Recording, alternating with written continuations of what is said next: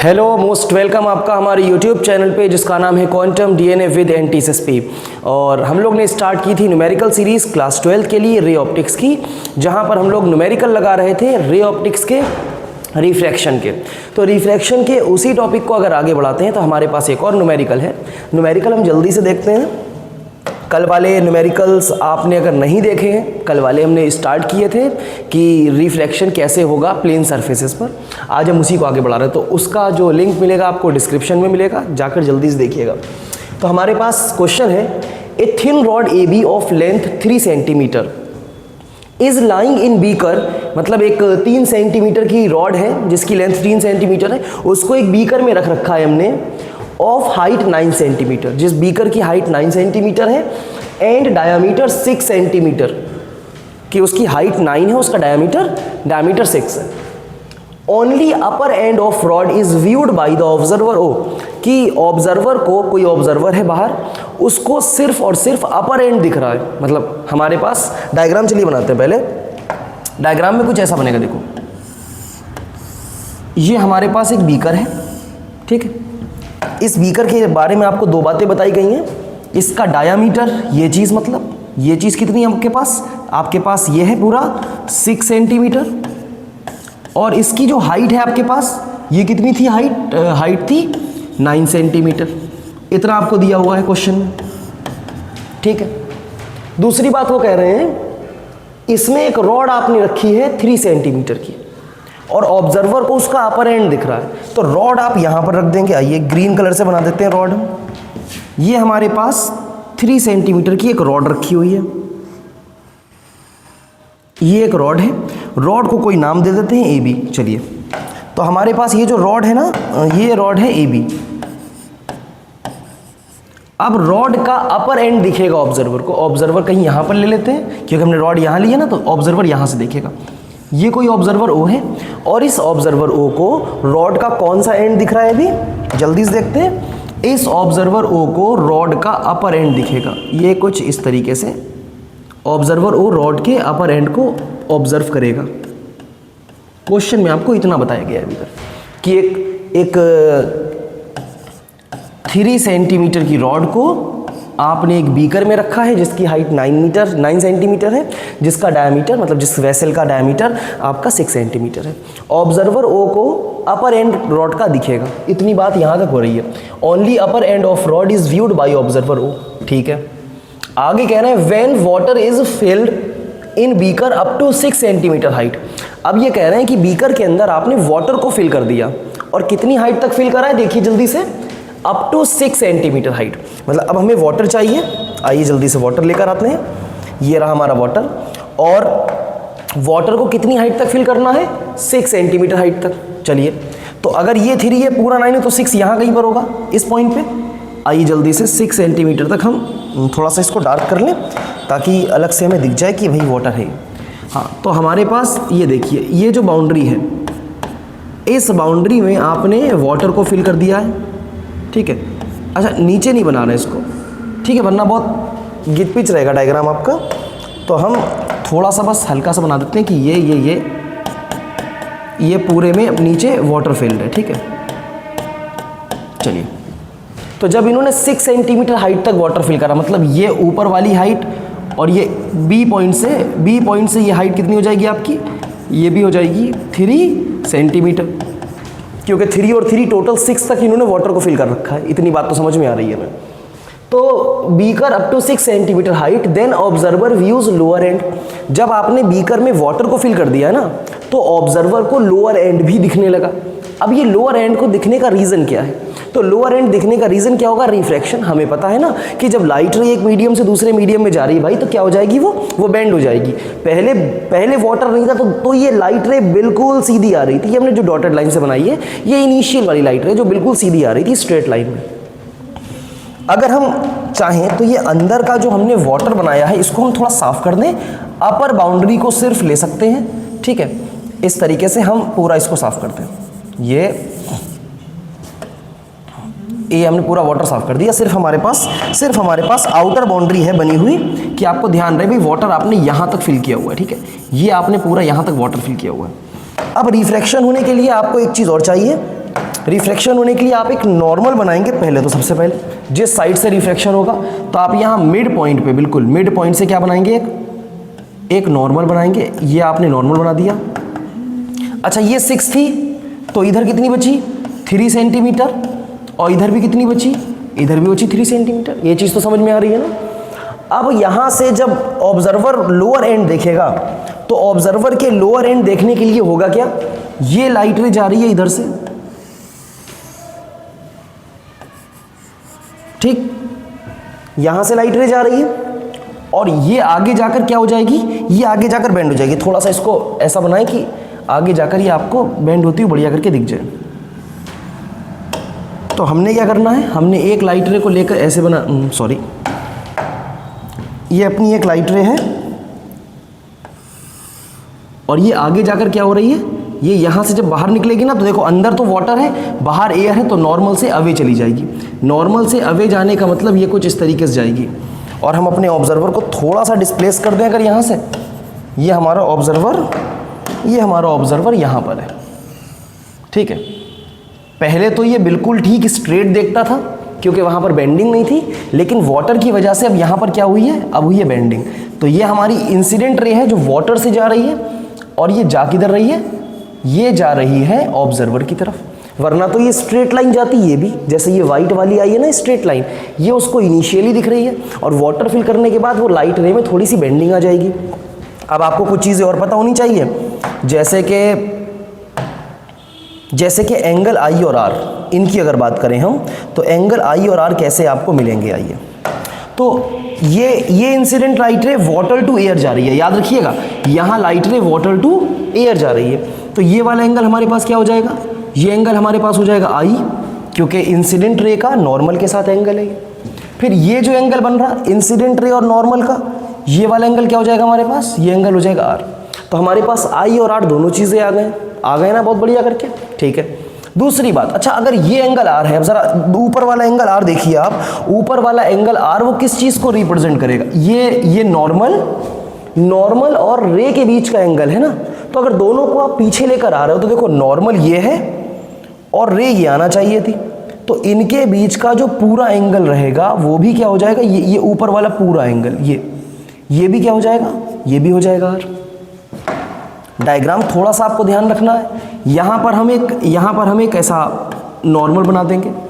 अभी आपको क्या चाहिए, अच्छा अभी अगर हम नॉर्मल ना बनाए तो कोई दिक्कत भी नहीं है, तो कोई दिक्कत नहीं है। अभी आपको रिफ्रैक्टिव इंडेक्स क्या कैलकुलेट करना है, calculate refractive index of liquid, मतलब आपको लिक्विड की रिफ्रैक्टिव इंडेक्स कैलकुलेट करना है। हमारे पास बाहर तो मीडियम है एयर, तो लिक्विड मतलब वाटर की कैलकुलेट करना है। और रिफ्रैक्टिव इंडेक्स ऑफ एयर जिसको हम अप्रॉक्स क्या मानते हैं, इसको हम मानते हैं 1। तो इतना आपको ध्यान रखना है। क्या आपको स्नेल्स लॉ आता है? अगर आपको स्नेल्स लॉ आता है तो क्वेश्चन बहुत ही आसान होने वाला है आपके लिए। जल्दी से आइए, तो अगर हम लिखेंगे according to Snell's law, according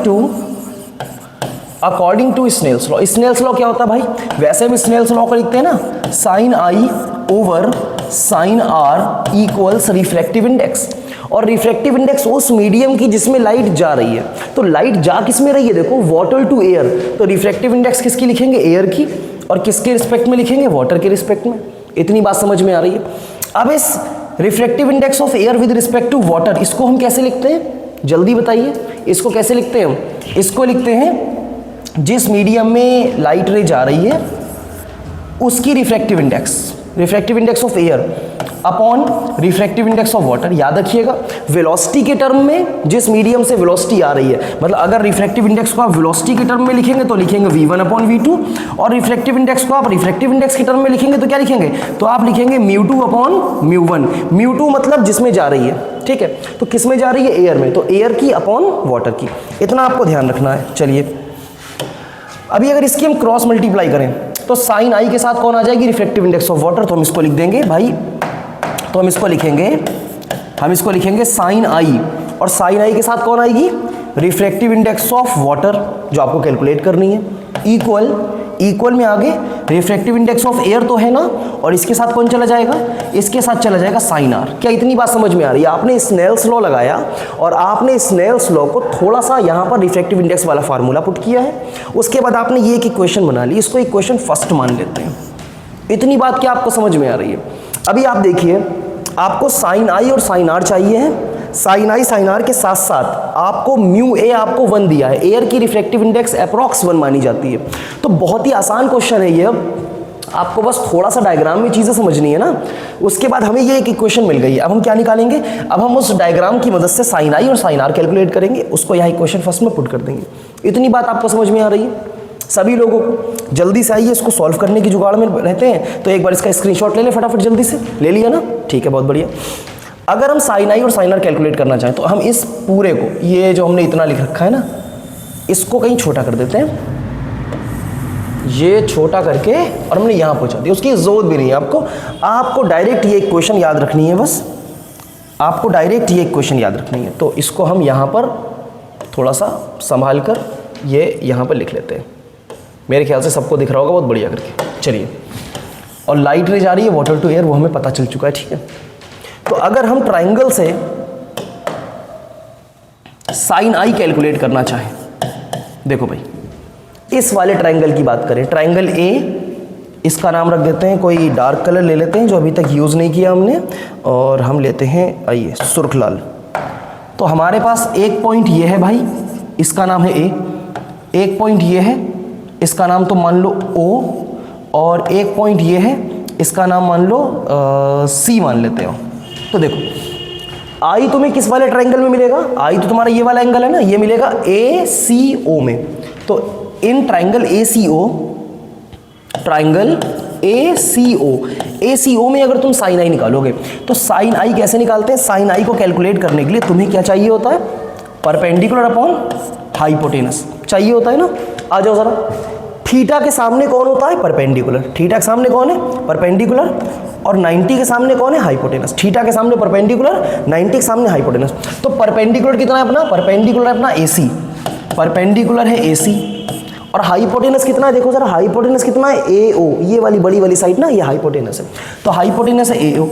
अब तुम्हें कौन कौन सी आइटम पता है जरा बताओ? तुम्हें AC पता है क्या? बिल्कुल पता है भाई, AC 3 है, तो AC को 3 लिख दिया अपॉन में। क्या तुम्हें AO पता है? तुम्हें AO नहीं पता। अच्छा, एक चीज़ और है, तुम्हें ये AC पता है, मतलब तुम्हें परपेंडिकुलर पता है, और तुम्हें ये बेस पता है। ये बेस देखो, 3 + 3, ये बेस कितना हो जाएगा? ये बेस हो जाएगा पूरा 6 सेंटीमीटर का, क्योंकि 6 सेंटीमीटर तक ही वाटर फिल किया हुआ है हमने। तो अब तुम्हें अगर ये साइड 3 और ये साइड 6 पता है, तो हाइपोटेनस निकाल सकते हो ना। Hypotenuse equals square root of perpendicular square plus base square, Pythagoras से। तो अपॉन में जाकर हम हाइपोटेनस AO को लिख देंगे square root of perpendicular square plus base square equals 3 upon, हाँ भाई आइए जल्दी से जरा, तो 3 का स्क्वायर कितना हो जाएगा? 3 का स्क्वायर 3 3 जा 9, प्लस लगाइए 6 का स्क्वायर कितना हो जाएगा? 36। अरे 36 + 9 कितने हो जाते हैं? 36 + 9 हमारे पास हो जाता है 3 अपॉन स्क्वायर रूट ऑफ 45। अरे हो जाएगा कि नहीं हो जाएगा भाई? 36 + 9 45। अभी अगर तुम चाहो तो 3 को भी स्क्वायर रूट के अंदर ले जाओ, तो 3 बाहर है तो 3 है, स्क्वायर रूट के अंदर जाएगा तो ये तुरंत क्या हो जाएगा? ये 9 हो जाएगा भाई। इसका स्क्वायर करेंगे, क्योंकि 9 का स्क्वायर रूट ही तो 3 है, बाहर निकालेंगे हम। अपॉन में 45 चल रहा, कुछ कैंसिल कर सकते हो क्या? बिल्कुल कर सकते हो भाई, क्यों नहीं कर सकते? 9 1 = 9, और जल्दी बताओ, 9 5 = 45। तो तुम पे साइन आई कितना आ रहा भाई? जल्दी बताना जरा।